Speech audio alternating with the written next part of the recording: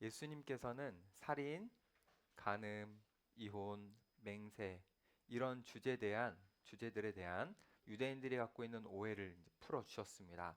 이것을 통해서 예수님은 사람은 다른 사람을 이용해서는 안 된다, 멸시해서는 안 된다라는 것을 알려주셨죠. 우리는 몇 주 동안 이것을 살펴봤습니다. 그래서 이제 우리는 알겠어요. 아, 그래. 나는 누군가를 이용하면 안 되겠다. 그런 마음 여러분 먹으셨죠? 근데 이런 타이밍에 질문이 하나 생기는 거예요. 나는 누군가를 이용하진 않을 건데 누군가 나를 이용하면 어떡하지? 그런 질문이 생길 수 있잖아요. 오늘 우리가 살펴볼 이 말씀은 보복이라는 것이 주제인데 이 말씀이 지금 하고 있는 이 질문에 대한 답이 될 수 있을 것 같아요. 자, 그럼 주님께서 누군가 우리를 이용하려고 할 때 어떻게 해야 되는지 답을 주시는 이 말씀을 살펴볼 건데 일단 먼저 38절을 다시 한번 읽어봅시다. 또 눈은 눈으로 이는 이로 갚으라 하였다는 것을 너희가 들었으나 구약에 보면 눈은 눈으로 갚아줘라 이는 이로 갚아줘라 라는 하나님이 주신 법이 있어요. 이것을 동해보상법이라고 합니다. 누군가에게 해를 받았을 때 동일하게 갚아주는 거예요. 이것은 하나님께서 이스라엘 백성들에게 친히 주신 법이죠. 그래서 언뜻 이 법을 보면 뭔가 어떤 사람이 나의 눈을 다치게 했을 경우에 내가 그 사람의 눈을 똑같이 다치게 해줘도 괜찮은 것 같은 보복이 정당화되는 것 같은 것처럼 보입니다. 이 법을 이렇게 보면.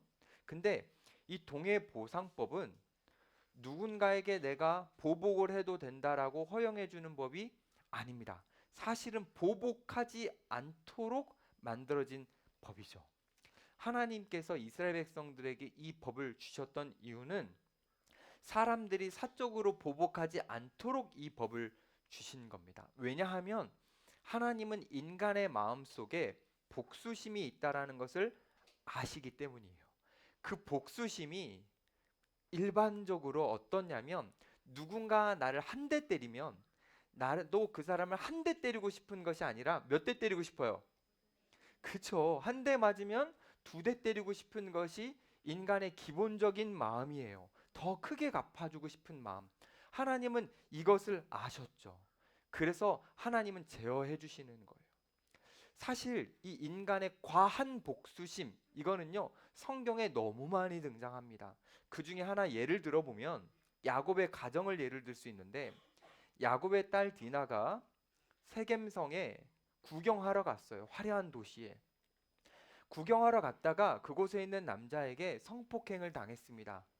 이 소식을 들은 야곱의 아들들, 이 디나의 오빠들이 어떻게 했습니까? 세겜성에 가서 칼로 그 성에 있는 모든 남자를 다 죽였습니다. 과한 복수심이 있죠.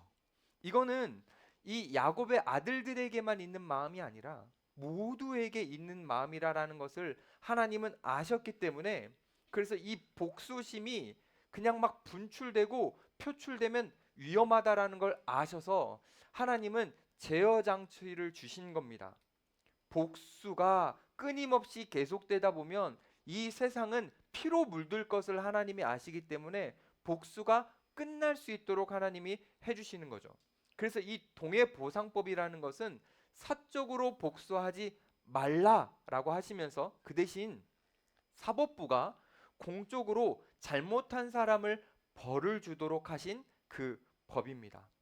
결국 이 법이라는 것은 피해자가 납득할 만큼의 가해자에게 벌을 주어서 피해자가 그래 내가 사적으로 복수하지 않아도 되겠구나 라는 것을 받아들이게 해줌과 동시에 가해자 쪽에게는 너무 큰 형벌을 주지 않아서 이 가해자가 어려움을 겪지 않도록 보호해 주시는 법이 바로 이 동해보상법입니다.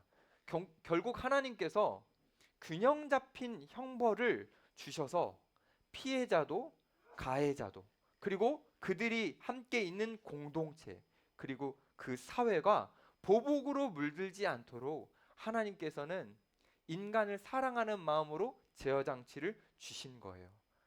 자, 그런데 인간들이 이 하나님이 말씀을 주시고 법을 주신 의도를 망각하고 잊어버리고 이 하나님이 주신 이 법을 자기 마음대로 사용하기 시작했습니다. 내가 누군가에게 복수하고 싶어서 그 사람에게 내 복수심을 가지고 해를 가한 다음에 이거 성경에 나와 있잖아. 이거 율법에 나와 있잖아. 이건 정당한 거야. 이렇게 합리화하기 시작했어요. 이 법은 사적으로 쓰면 안 되는 거예요. 공적으로 법정에서 공적으로만 사용해야 되는데 사람들은 점점 자기가 뭔가 보복하고 싶을 때 이 예수님이 이 하나님이 주신 이 말씀을 갖다 사용한 거예요. 그러다가 점점 심각한 일이 벌어졌습니다. 유대인들에게 어떤 일이 벌어졌냐면 내가 누군가 나를 피해를 줬을 때 이걸 보복하잖아요. 그러면 하나님의 말씀을 지켰다고 생각했어요. 누군가 나에게 어려움을 줘서 내가 그 사람에게 갚아줬을 때 내가 갚아주는 것이 하나님을 위한 열심이다라고 생각했어요. 왜냐하면 이게 율법에 나와 있으니까 내가 율법을 지키는 거니까 이건 하나님을 위한 거야. 내 복수심을 막 폭발시키면서도 이건 하나님을 위해 정당한 거야 라고 여기면서 마음대로 표출했던 거죠. 끔찍한 일이 일어나는 거예요.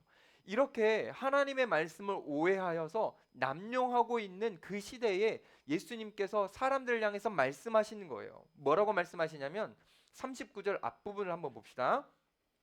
나는 너희에게 이르노니 악한 자를 대적하지 말라. 예수님은 보복하지 말라. 그 사람이 악한 자여도 대적하지 말라라고 말씀을 하십니다. 여러분, 왜 예수님은 악을 당했을 때 왜 대적하거나 보복하지 말라고 하셨을까요? 그 이유는요. 악한 자가 우리에게 어떤 나쁜 일을 했을 때 우리가 그것에 반응해 가지고 보복을 하다 보면 우리 역시 악해질 수 있기 때문입니다. 우리가 보복을 하다 보면 내 감정에 지배받아서 그 나쁜 감정에 내 영혼이 다칠 수 있기 때문입니다. 여러분 안에요. 마음 안에 복수심을 이렇게 간직하잖아요. 그럼 이 복수심이 뜨거운 것이라 이것으로 인해 우리의 몸은 화상을 입습니다. 우리의 영혼도 다치고 우리의 마음도 다치고 심지어는 우리의 육체까지 다칩니다. 그래서 이 보복을 하려고 하는 이 마음을 갖고 있기만 해도 우리는 망가지고 심지어는 그 복수심 때문에 우리가 비참해질 수 있습니다. 이것을 아시는 주님은 우리를 보호하고 싶으셨어요. 우리를 너무 사랑하시거든요. 그래서 예수님이 악한 자가 우리를 괴롭혀도 보복해서는 안 된다. 대적하지 말라라고 말씀을 하신 겁니다. 여기에서 오해하면 안 될 것은 예수님이 악한 자에게 대적하지 말라라고 말씀하셨으니 악을 방치해도 된다는 개념은 아닙니다. 악한 자가 나쁜 것을 했을 때 그 사람에게 벌을 주지 않아도 된다라는 그런 의미도 아니고요. 다시 한번 말씀드리지만 개인적으로 사적으로 보복하지 말라라는 거예요. 그럼 벌은 누가 줘야 돼요? 사법 시스템 안에서 공적으로 그 벌이 진행돼야 된다라는 의미죠. 근데 예수님의 말씀은 이것보다 더 중요한 의미가 있습니다. 어떤 의미가 있는 거냐면 우리가 누군가에게 보복하고 싶을 때 그 보복을 우리가 하지 않고 누구에게 맡기라는 거냐면 하나님께 맡기라는 거예요. 보복은 최후 심판에서 모든 사람을 공정하게 다루실 그 하나님의 몫이니 우리는 스스로 보복하려고 하지 말고 그 모든 것을 하나님께 맡기라는 겁니다. 예수님의 말씀은 그 의도예요. 보복은 그 몫은 우리에게 있지 않다. 오직 주님에게만 있다. 그것을 알려주시는 거죠. 그러면서 예수님이 우리에게 말씀해 주시는 게 뭐냐면 누군가 나를 해코자 하고 불편하게 하고 어렵게 할 때에 우리가 어떻게 반응해야 되는지 새로운 방법을 알려주십니다. 일반적으로 사람들은 악을 당했을 때에 두 가지로 반응을 합니다.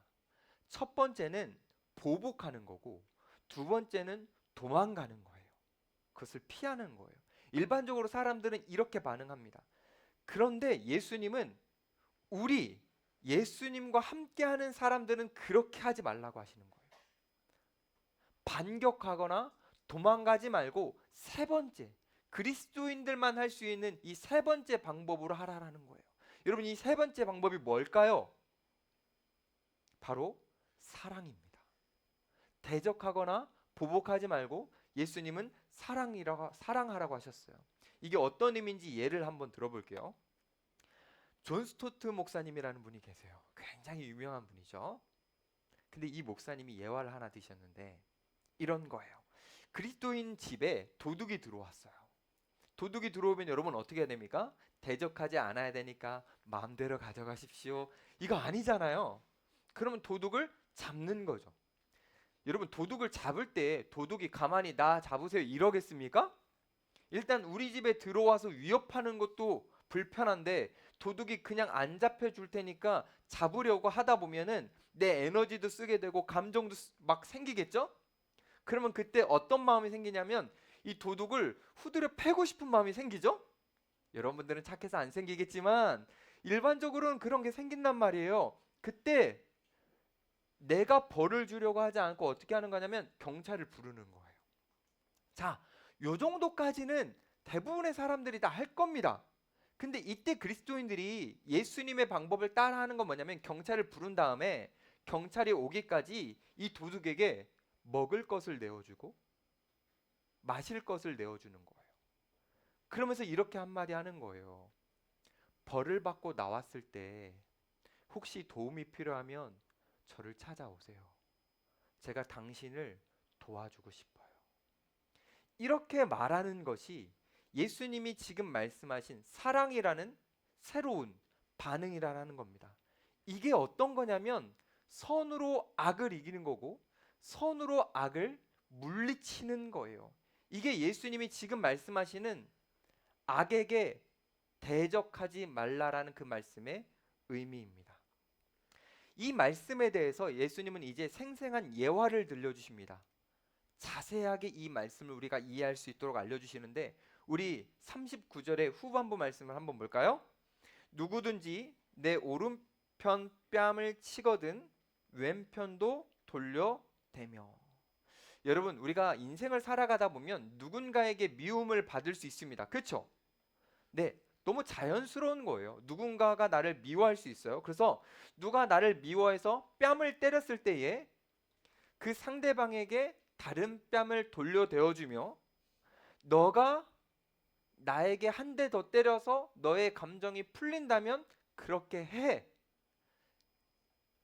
이렇게 예수님이 우리에게 요구를 하시는 거예요. 여러분, 가능합니까? 일단 아니라고 하지 마시고 조금 더 들어봅시다. 근데 여기서 흥미로운 건 뭐냐면 오른편 뺨이에요. 이게 쉽지 않은 거거든요. 제가 이거 한번 시연해 볼게요. 나와주시죠. 우리 미리 얘기가 됐어요. 박수 한번 주세요. 자, 이렇게 한번 서 계시고. 자, 여러분, 유대인들은 대부분 다 오른손을 씁니다. 제가 세게 때리진 않을 거고 네, 세게 때리진 않을 거예요. 자, 여러분, 시연을 한번 해볼게요. 유대인들은 오른손을 쓰는데 일반적으로 뺨을 때리면 어떤 뺨이 맞아요? 그렇죠. 그러면 오른편 뺨이 맞으려면 어떻게 하는 거냐면 그냥 가만히 계셔 보세요. 화면 밖으로 제가 나가볼게요.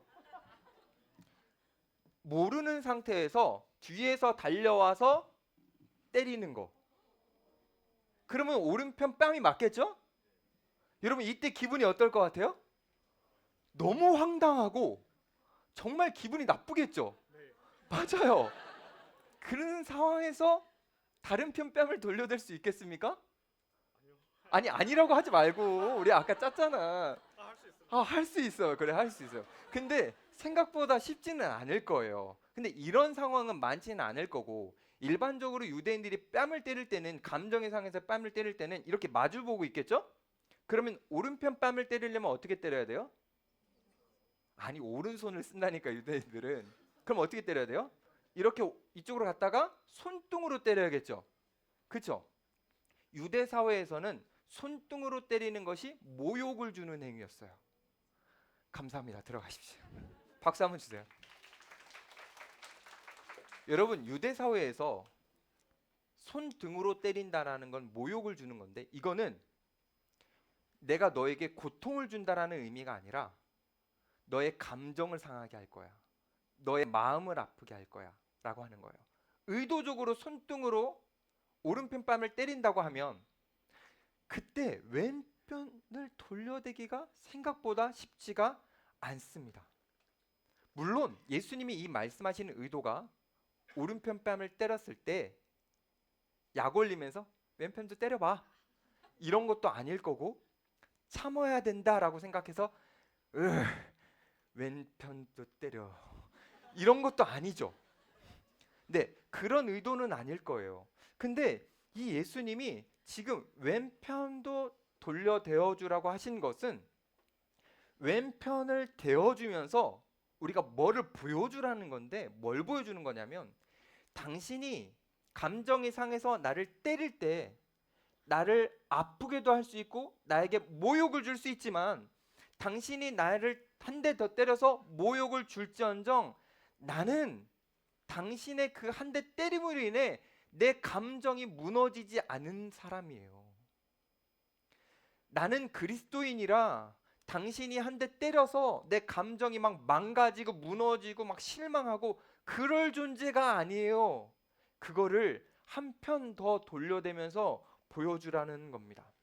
이건 단순히 나는 착해 이런 개념이 아니에요.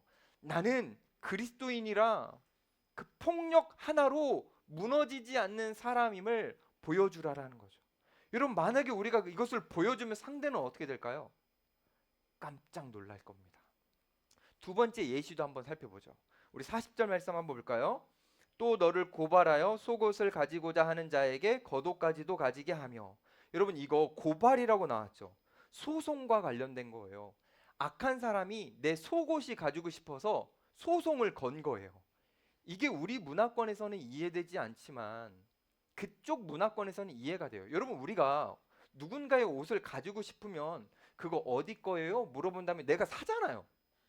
그쵸? 우리가 막 그 옷 갖기 위해서 소송하진 않아. 왜냐면 우리는 옷이 너무 널려 있으니까. 근데 유대 사회에서는 어떻게 살았냐면 일반적으로 사람들이 속옷 한 벌, 겉옷 한 벌로 그냥 살았어요. 근데 이 속옷 한 벌과 겉옷 한 벌이 있는 게 중산층입니다. 나름 괜찮게 사는 사람이에요. 이거 없는 사람들은 가난한 사람이고.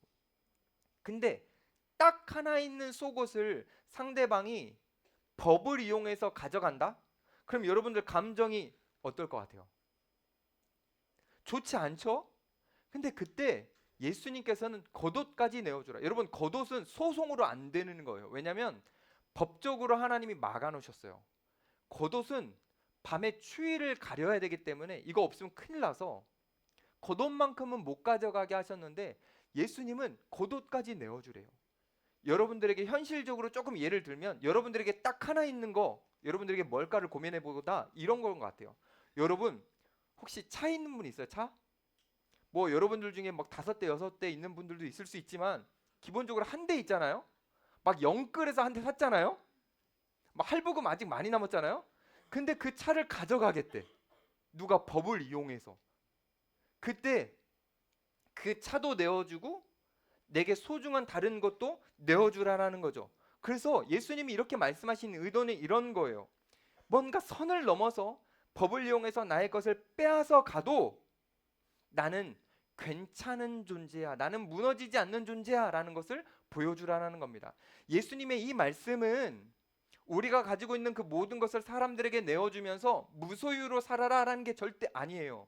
누군가 법을 이용해서 내 것을 나쁘게 빼앗으려고 해도 나는 절대 내 안에 있는 평안은 빼앗기지 않아. 이것을 보여주라는 겁니다. 여러분 이걸 보여주면 상대방이 어떻게 하겠습니까? 깜짝 놀라겠죠. 세 번째 예시도 한번 살펴볼까요? 41절입니다. 또 누구든지 너로 억지로 오리를 가게 하거든 그 사람과 심리를 동행하고. 여러분 이 말씀은 로마 군인들이 노동력을 착취하는 것과 연관돼 있어요. 민간인들을 강제징용하는데 이 군인들이 어디를 갈 때 짐을 들 사람이 필요하면은 민간인들을 불러서 한 오리라고 말할 수 있는 한 2kg 전 그 정도를 이렇게 불러서 짐꾼으로 활용할 수 있어요. 근데 2kg가 넘어가면 안 돼요. 2kg가 넘어가면 법적으로 돈을 지불하게 되어 있어요. 근데 이 군인이 여러분 돈은 안 주고 싶고 계속 짐꾼이 필요하면 어떻게 하겠어요? 누구를 할까? 뭐 예를 들면 이런 거, 너 나와 이렇게 한 다음에 이 사람을 불러다가 한 2km 정도 가다가 이제 너 들어가. 너 나와 이렇게 하겠죠.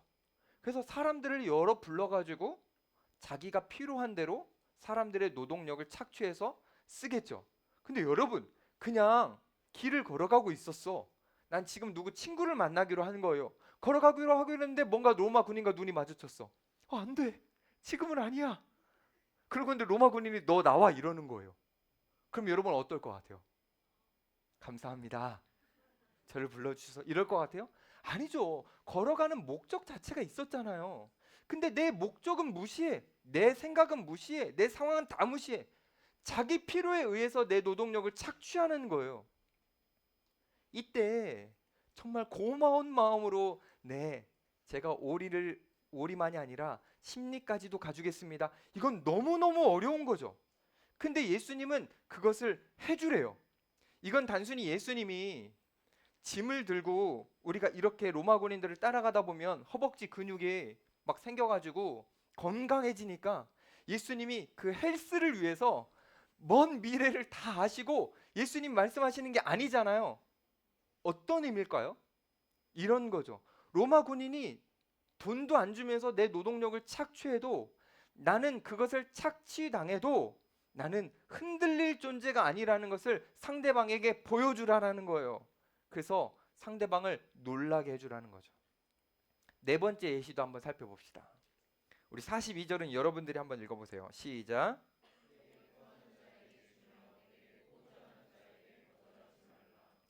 요 말씀은 평범한 사람들과 관련된 것이 아니라 전문적인 사기꾼과 연관된 겁니다. 게으름뱅이나 사기꾼. 그래서 이 사람들은 꾸면서 갚을 생각이 없는 사람들이에요. 그래서 사실 꾸어달라고 말하면서 상대방 것을 빼앗는 사람들을 의미하는 겁니다. 여러분 이런 사람들은요 알기 때문에 그냥 피하면 돼요. 그렇죠? 그리고 그런 요청이 왔을 때 거절할 수 있죠. 근데 예수님은 그 사람들에게 꺼주래요. 꺼주라는 정도가 아니라 사실 그냥 주는 거겠죠. 상대방이 어떤 사람이 나를 이용하려고 해요. 나를 인격체로 보지 않고 나를 무슨 돈으로 봐요. 나를 존중하지 않고 나를 멸시하듯이 내 것을 뺏으려고 해요. 그때 예수님은 이용당해 주라라고 말씀하시고 있어요. 그 이용당해 주는 것을 통해서 상대방은 내가 어리숙하게 보고 나를 이용하려고 하는데 나는 그것을 알지만 내가 이용당해 주면서 나는 너가 나를 이용해도 내 안에 있는 행복은 변하지 않아 라는 것을 보여주라는 거죠. 그래서 결국 상대방을 놀라게 해주라는 거예요.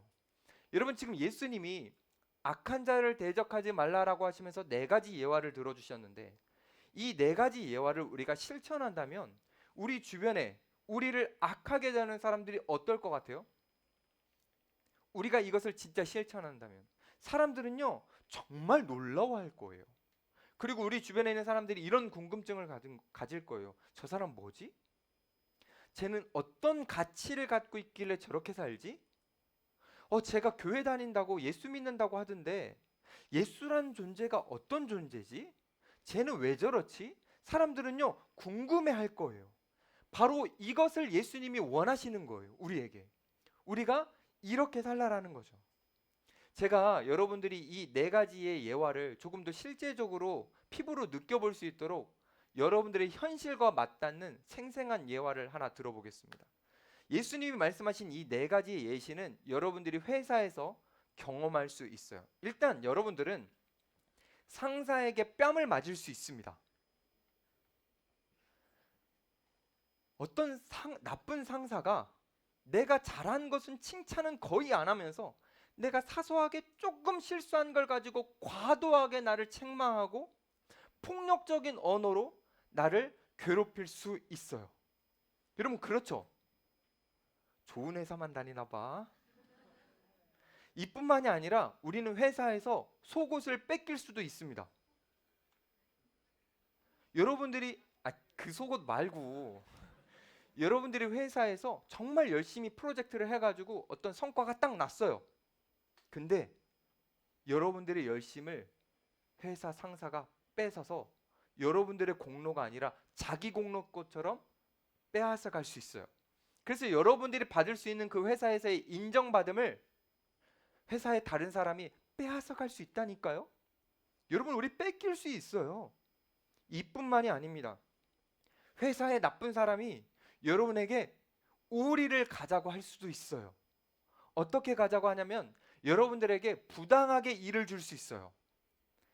여러분들이 생각할 때 이건 내 일이 아닌데, 이거 저 사람 일인데, 저 사람은 회사에서 핸드폰 보고 놀 건 놀고 밖에 나가서 담배 핀다고 30분 있다 오고 편안하게 쉴 건 다 쉬면서 자기 일을 우리에게 넘길 수 있어요.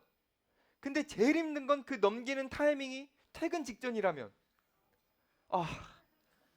퇴근하고 지금 친구랑 만나서 저기 돈가스 집에서 만나기로 했는데, 얼마 전에 돈가스 먹어서 그게 생각났어. 갑자기 회사 상사가 이거 하고 가라고. 그럼 여러분 어떨 것 같아요? 이거 있을 수 있는 일입니다. 그쵸? 나의 노동력을 착취할 수 있잖아요. 이뿐만이 아니죠. 하나 더 있어요. 여러분, 심지어 회사 사람이요, 갚지도 않을 거면서 우리한테 뭔가를 꿀 수 있어요. 자기는 나 도와주지도 않을 거면서 자꾸 도와달라고 하면서 우리의 시간과 에너지를 가져가려고 할 수도 있어요.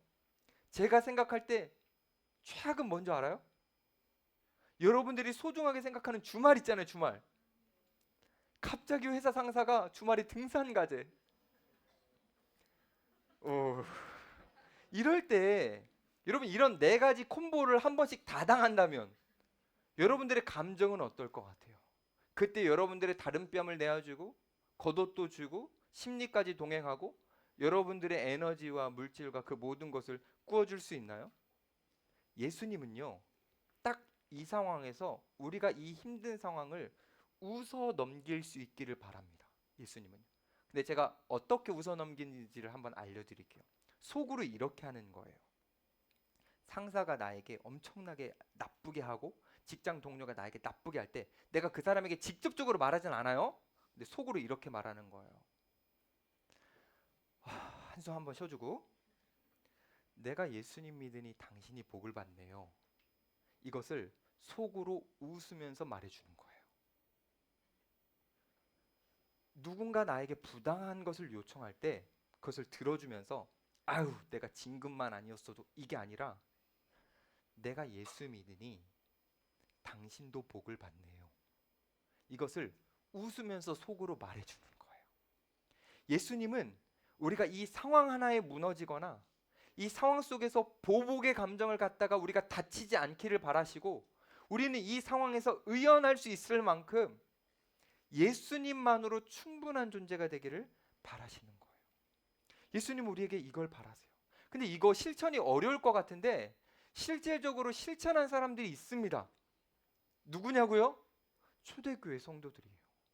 초대교회 성도들은요, 로마로부터 너무 심한 폭력을 받고 있었어요.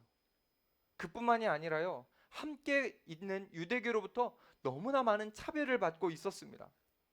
그러다 보니 초대교회는 폭력과 차별 속에서 너무나 많은 어려움들을 겪고 있었어요. 때로는 그 차별이 너무 거세서 생업도 잃어야 했고요. 그냥 그리스도인이라는 이유만으로 내가 갖고 있는 소유물들을 그냥 한순간에 다 빼앗기기도 했어요. 근데 이런 상황 속에서 초대교회 성도들이 어떻게 했냐면, 폭력으로 다가올 때 폭력으로 갚아주지 않고 차별로 다가올 때 차별로 갚아주지 않았어요.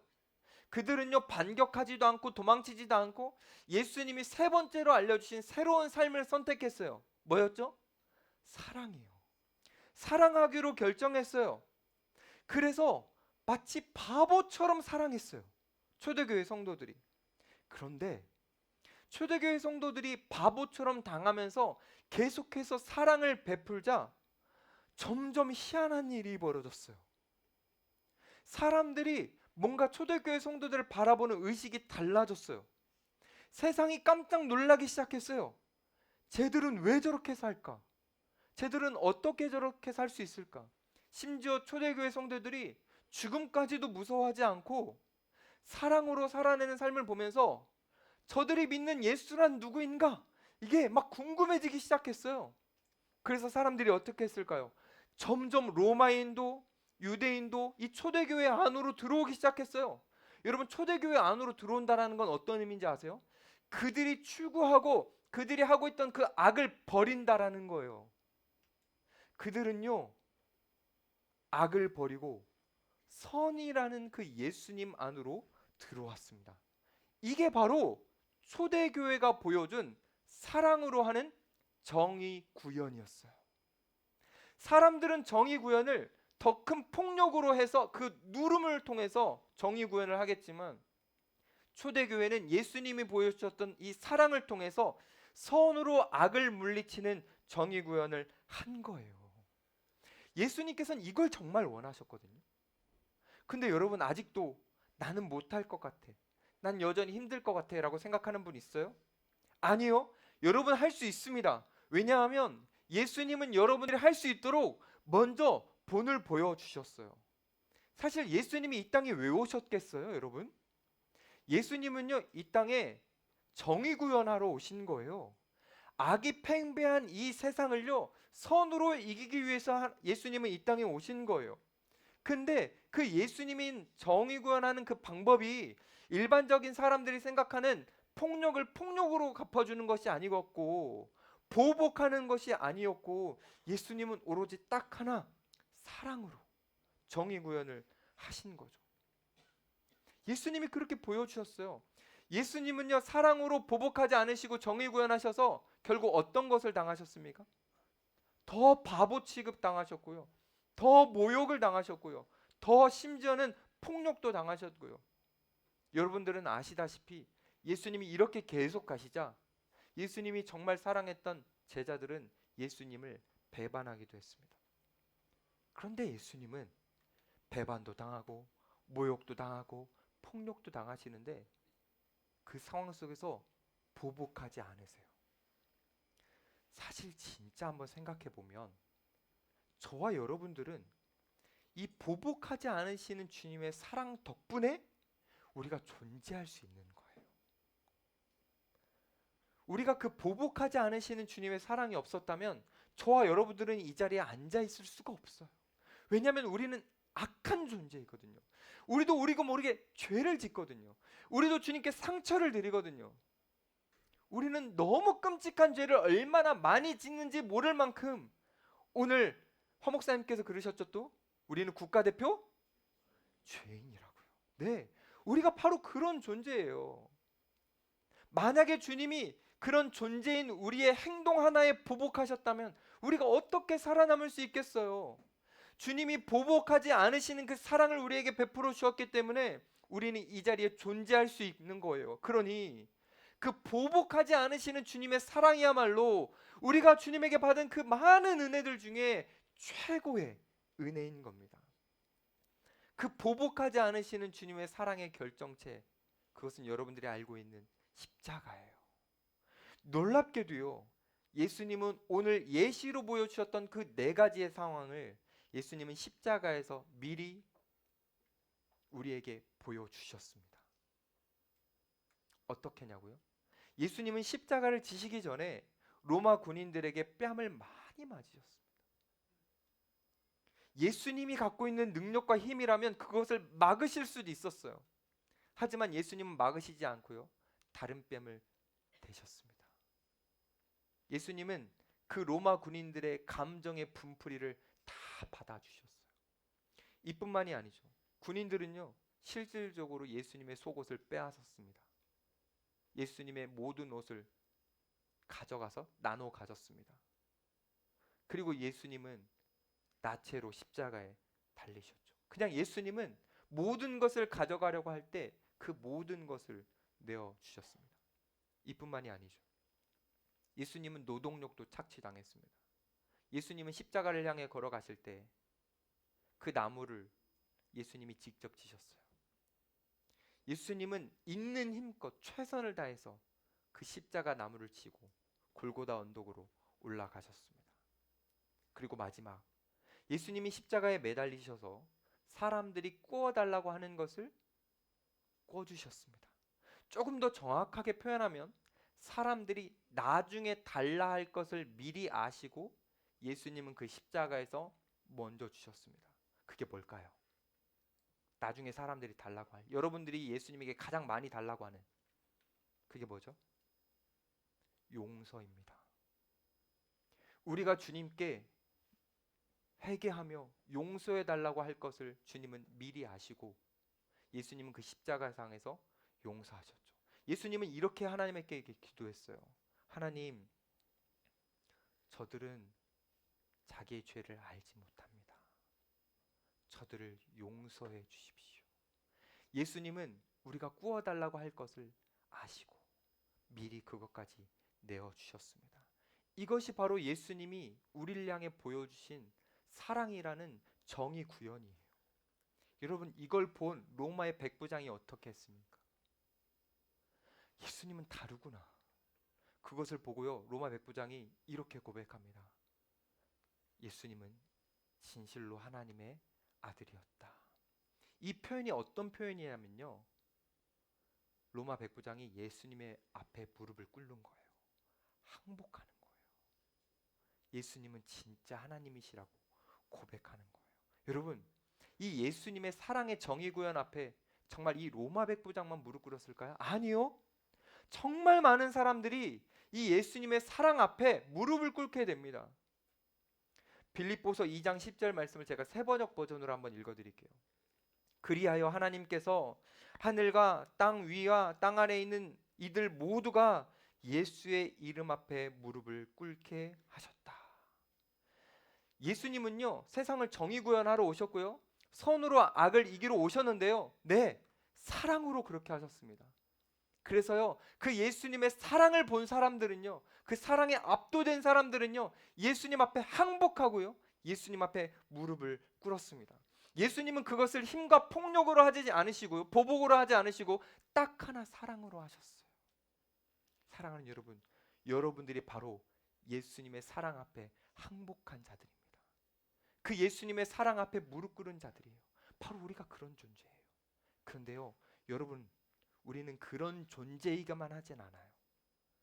여러분들이 어떤 존재냐면요, 우리는 작은 예수가 되어 우리가 사랑으로 사람들에게 또한 정의 구현을 해서 많은 사람들이 그 사랑이신 예수님을 발견하고 그 예수님 앞에 무릎 꿇게 할 수 있는 작은 예수와 같은 존재가 바로 저와 여러분들인 겁니다. 주님께서 우리에게 먼저 베풀어 주셨던, 우리를 무릎 꿇게 하셨던 그 주님의 사랑이 오늘 아까 우리가 찬양했던 것처럼 흘러가고 이어가서 많은 사람들이 그 하나님의 사랑에 압도되어 무릎 꿇고 그 주님의 선 안으로 들어오게 되는 그 놀라운 축복을 우리가 함께 맛볼 수 있는 존재가 바로 우리라는 거죠. 그것에 저와 여러분들은 하나님이 불러주신 거예요. 우리가 먼저 하나님으로부터 그 은혜와 사랑을 받아서 하나님 안으로 들어온 이유는 우리가 받은 그 복을 흘러가게 하려고, 우리가 거기에 부르심을 받은 겁니다. 제가 베드로전서 3장 9절 말씀을 읽어드릴게요. 악을 악으로 욕을 욕으로 갚지 말고 도리어 복을 빌라. 이를 위하여 너희가 부르심을 받았으니 이는 복을 이어받게 하려 하심이라.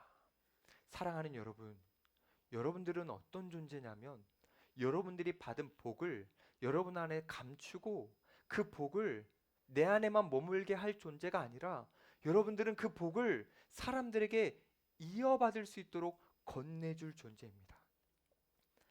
사람들이 우리를 악하게 대할 때 우리는 선으로 행해서 사람들을 깜짝 놀라게 할 존재가 바로 여러분들인 거예요. 예수님이 여러분들에게 이렇게 말씀하십니다. 사랑하는 나의 딸들아, 사랑하는 나의 아들들아, 너희는 악 앞에 무너질 존재가 아니다.